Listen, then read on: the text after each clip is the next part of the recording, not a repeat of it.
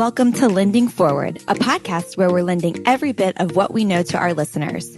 From real conversations and lessons learned deep within the industry to education and forward thinking. Together, we're lending forward. And as always, don't forget to subscribe to our channels and connect with us on www.atlanticbay.com. Atlantic Bay Mortgage Group, LLC, NMLS number 72043, NMLSconsumeraccess.org is an equal opportunity lender located at 600 Lynn Haven Parkway, Suite 203, Virginia Beach, Virginia, 23452. Well, Holly, wanted to say a quick thank you for joining us today on the Lending Forward podcast. We're glad you could make the time for us. I know you're a very busy lady. Wanted to introduce you. And so let's just start with your background, kind of what your role looks like, and go from there. So let's start with, where did you come from? What's your history? How are you involved in the builder world? And let's go from there. Okay. Well, thank you so much for having me. I'm excited to be here. And, so my father started our company back around 1995, and I was fortunate to come work for him around 2008. So I am a UNC Tar Heel grad and loved it there and pursued a different passion while I was in college, but then afterwards decided that I wanted to come home and work for the family company. And luckily, my dad was an amazing mentor to me from the beginning. So started in '08. So it's been about 15 years or so now since I've been with the company. I started in sales. I got my real estate license and kind of dipped my toes into new home sales and worked on site, and then slowly started learning, other parts of the construction industry and business. And with his help, was able to really take on some other parts of or expand my role within the company. And over time, he semi-retired, and about 5 years ago, kind of fully retired, just staying on as in more of a consultant capacity. So it's been quite a ride with the market. I started in '08, like I said, so it was, a challenging time, and then kind of slowly increased, and of course over the last few years has just been wide open. So it's been an adventure for sure. So 6 years ago, I joined the Wilmington Cape Fear Home Builders Association as one of their board members, and have been serving in that role since then. And then this year I am serving as president of the HBA. So a great opportunity. I've learned so much being a part of that organization, and just thankful for that opportunity. Awesome. Well, first of all, I love having you and your voice in, specifically the Wilmington market, but also as a voice, just in general, and lending it to the Lending Forward podcast. I think, having these different, niches of experience, lending their voice forward for others and helping others kind of see the connecting points, especially with our associations in different regions of our country and in our market. I think it's always valuable to kind of hear all these different perspectives. So talk to me a little bit about, your role within the HBA. Obviously, the Wilmington Cape Fear HBA is the fourth largest in the country, which is something that's super exciting. But it also would come with its own challenges. So I think there's probably a couple hats that you wear, one being a woman in this role that is really male dominated, but also, leading a really robust organization like the Wilmington Cape Fear HBA. Talk to me a little bit about that from each of those perspectives. So the HBA is the fourth largest in the country here in Wilmington, and we are proud of that. We have a robust membership, and we're about 1,500 members. And that includes builders, but also our trade partners, lenders, appraisers, and anyone connected to our industry. So we have done a good job of spreading our umbrella of membership to people who are just affected by our industry, not just home builders, and that's really helped us grow. We recently have tried to reach out to a more diverse member base, women, minorities, other industries that may not think of joining the HBA but are affected by it. And so recently last year we started the Professional Women in Building Council. right away, had great response. They have over 80 members already. They're the second largest in the state. And I think it's just such a testament to then when you look outside of what you're kind of used to, we are a male dominated industry. We're typically an older industry, so not as many young people are coming in. So just having a separate place where they feel like their voice can be heard and women say, okay, I can identify with this. I'm going to go to that meeting and then see it grow so quickly. It's just such a testament to there are untapped people that want to be involved, and you just have to give them a space for that. Like you said, it is a male-dominated industry, so coming into it, it can be intimidating. I was certainly intimidated when I first got on the board 6 years ago. All men, older, had been in their careers for a long time.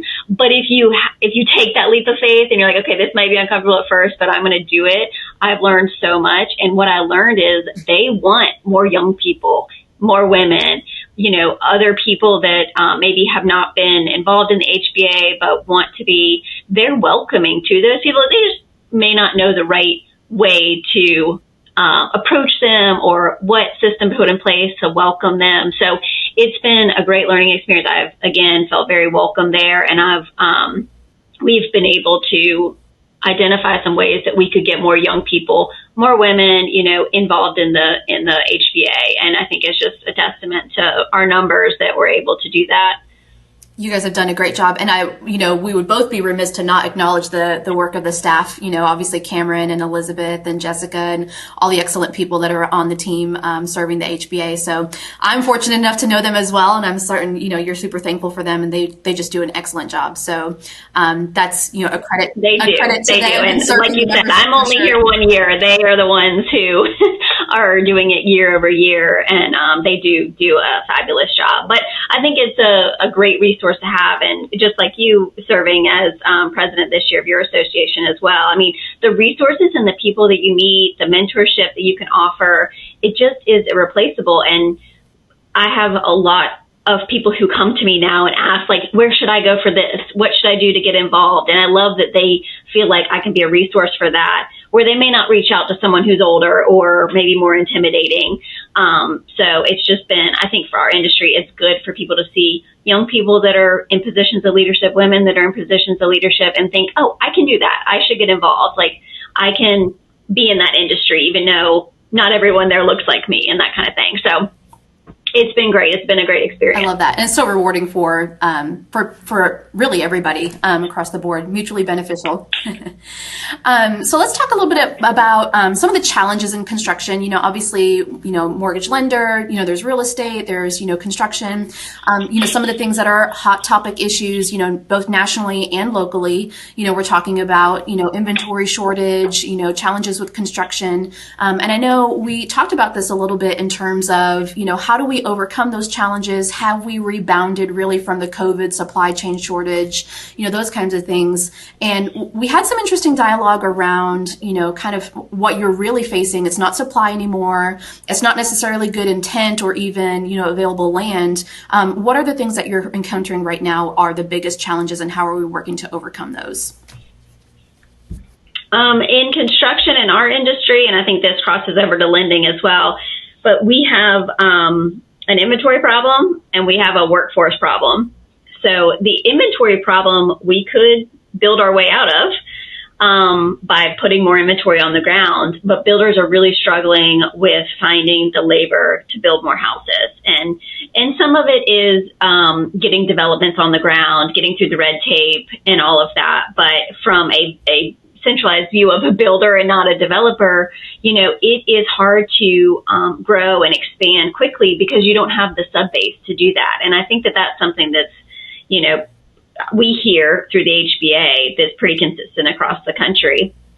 And so we really have to focus on how do we get young people into this industry and show them that there's a place for them, that they can make money, that they can be successful, that, it's a cool industry to be in again, because that is really the only way. I think where we're headed right now is less and less people are joining our industry. And we've got to turn that around if we want to be able to build more, build successfully, make our industry, appealing to people who are college educated, or maybe they don't want to go to college and they want to be in the trade. So we've got to show that pathway. So workforce development has been something that the HBA has really focused on. And again, trying to get it, like we're going to elementary school. We're like, you have to start them early. Really early, because they start to formulate their opinion about those careers through their peers and their parents very early.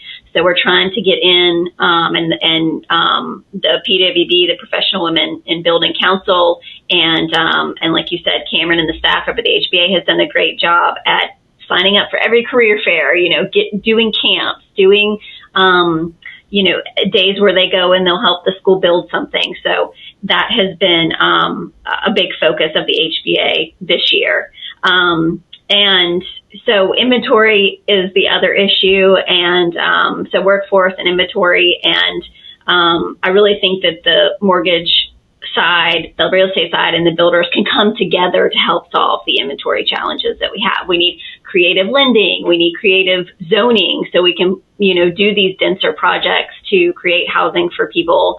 So I think it's really important that everybody who touches construction, including lenders, are like dialed in and know what's going on in whether it's legislative action or local action of like what's getting approved. So we can all be pushing towards like, we need more housing. We need to solve the inventory problem because it's slowing everybody down. I know it's slow. I know lenders, that's a big hot topic right now is the inventory. It affects everyone. And so I think we just all need to work together. Yeah, it affects everyone for sure. So let's talk about any advice that you have for people that are listening. Like you just mentioned, the North Carolina HBA, the State HBA Association, they have the bus that they've invested in to help, bring that around to schools and expose, people, not just students, to the trades and do a lot of the virtual exposure to show people what that kind of looks like. What are other ways that people can get connected, and what's the value that an association brings to the local community in that type of way? Or maybe something else that maybe we haven't covered.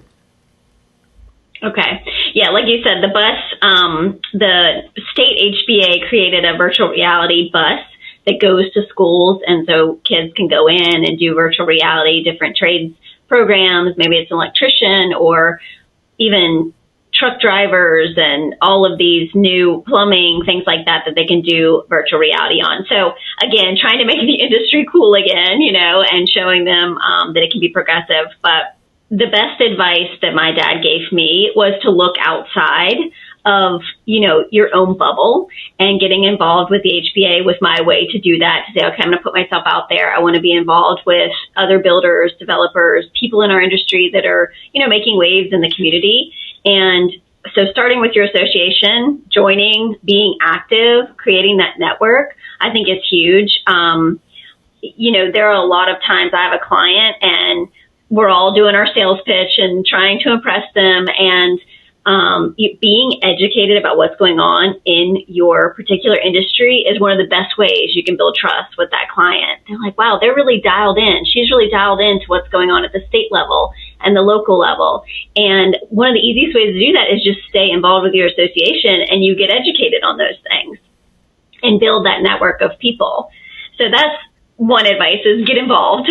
Definitely get involved. And then if you can, find a mentor, because those are people who have been through it. They've been through every market there is, and they can really help guide you on the things that worked for them without you having to go through all of the trenches that maybe they went through. I think having a good mentor, at least in my experience, has set a lot of people on the right track and helped them prevent some, kind of classic business mistakes that they could have made, including myself, to be successful and have that longevity. Yeah.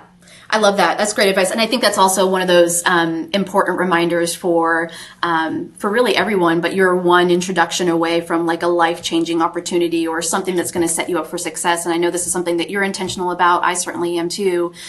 Take people along on the journey with you. So, we're maybe in the middle of our careers where we can offer someone an open door or a seat at the table or things like that.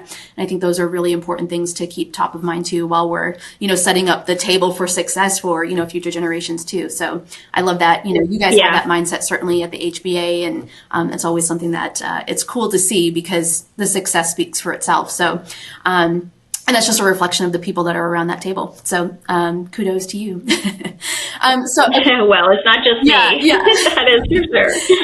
But it's a great time to join this industry. I mean, you have to not focus on the national perspective. And we've talked about that. You and I have talked about that before. It can be so negative, and it's, so cyclical about how it's up and down. And, you really have to focus on what's happening locally and talk to those in your networks that are local and think about how that's going to affect your business and not worry as much about what's going on the national level, because it really can bog you down. And I think those mentors, at least for me, helped with that. Like, drown out the noise for a minute. Are you busy? Are you seeing clientele that's coming through the door, that or not? Are you slowing down? Like, you need to make those adjustments that you're seeing and not worry as much about the national news. Yeah. A lot of it really is, overcoming the objections or the kind of the negative kind of narratives that are out there. I think a lot of that probably has to do with, your mindset and your perspective of, do you only see, the negatives, or do you focus on opportunity? Because opportunity really is around you. You just really got to be willing to knock on the door, ask the questions, reach out and ask one more question, make one more introduction, go to one more event. There's always opportunity behind that next action. So going back to that idea. And it's also a way to, it's also a way to counteract maybe your clientele hearing that noise. And then you can say, be educated on your local market and say, well, I know those things are happening nationally, but here locally, these are the things that are happening. Wilmington's a great place to live. We have, tremendous growth. We have a lot of people coming in from other areas. So, they're coming from a big city where they're selling their home and they're moving to Wilmington. And we just have, you have to focus on what's unique about your market and spin it in a good light so that they're not bogged down with, there's no inventory, the interest rate is so high, I'm not going to get the house that I want, and it's not going to be in the time frame that I want. We've got to do a good job of spinning it locally to say, but this is the place you want to be. These are the reasons why. These are the reasons why you're still going to have that value in your home, have that value in your mortgage, etc. So that is, I think right now, maybe one of the most critical things we can do because of the market. There's so much speculation, and I think we just need to reassure people that, this is a great place to be. You're making the right decision, and these are the reasons why. And you have to be in tune to know what those reasons are. You have to be involved in your community or involved with your association to, be aware of those things and communicate that to your client. Exactly. Love that. All right. Well, we've talked about quite a few things, and I think, we are very fortunate to, have had your voice here with us today. As we kind of wrap up, are there any final parting thoughts that you wanted to share? And then I have one last question for you, which is, how are you lending it forward? Well, I think in thought, I did just pull a statistic on new home sales, just for perspective, especially as we talk about the builder's relationship with their lenders. And nationally, I think new home sales are about 15%, approximately 15% of all transactions. Actually, in our market locally, it's closer to 30%. And I even think that's underreported because a lot of the CP loan transactions do not go in MLS. So 30% being probably at the lower range of that. So it's a huge percentage of potential sales. And when we're thinking about who we're going to partner with lending, builders want to be the client as much as your client is. So, you've got to take a team approach. I don't know how many deals I feel like get squashed because it's kind of like lender against builder. And we've got to be a team, especially in a more challenging market when the buyer has maybe doubts or they're not as confident with their purchase right now. We've got to be a united team speaking the same voice. I think having, your core, if you can develop those relationships with builders and keep in mind they're your client too, not just the buyer. So that would be my parting thought, I guess, on more lender specific. But what was the other question? Lending forward? Yeah, how are you lending it forward? I go back to my involvement with the HBA. As I come off of being president this year, I really hope that I have more time where I can mentor women and mentor young people, and show them a path and an opportunity for them in construction or lending or real estate or any of the industries that, we're all in this together, that partner with the construction industry. So I hope that I have more time to dedicate to that as I come off my role with the HBA this year. Awesome. Well, I'm certain that your influence will certainly extend past the HBA into the community, because you're very good at staying connected, and I know that there are going to be more great things from Holly Overton coming in 2024 and beyond. Well, thank you. I'm positive Likewise. about that. And we've got to do more with our associations. We've got to get the Mortgage Association, the HBA, and do some joint events and things in the future. I think that's a good opportunity too. Absolutely. Absolutely. Well, Holly, I wanted to say thank you so much for joining us today. I'm looking forward to having your voice on the Lending Forward podcast and sharing your expertise and insight with our listeners. If you want to get connected to Holly or the Wilmington HBA, it's wcfhba.com. Is that right? That's right. And stay tuned for more. Thanks for joining us. Thanks, Liza. Thanks again for listening to the Lending Forward podcast powered by Atlantic Bay Mortgage Group. Don't forget to tune in next week and make sure you subscribe to our channel. Remember, we all play a part in lending forward. So go lend something forward today.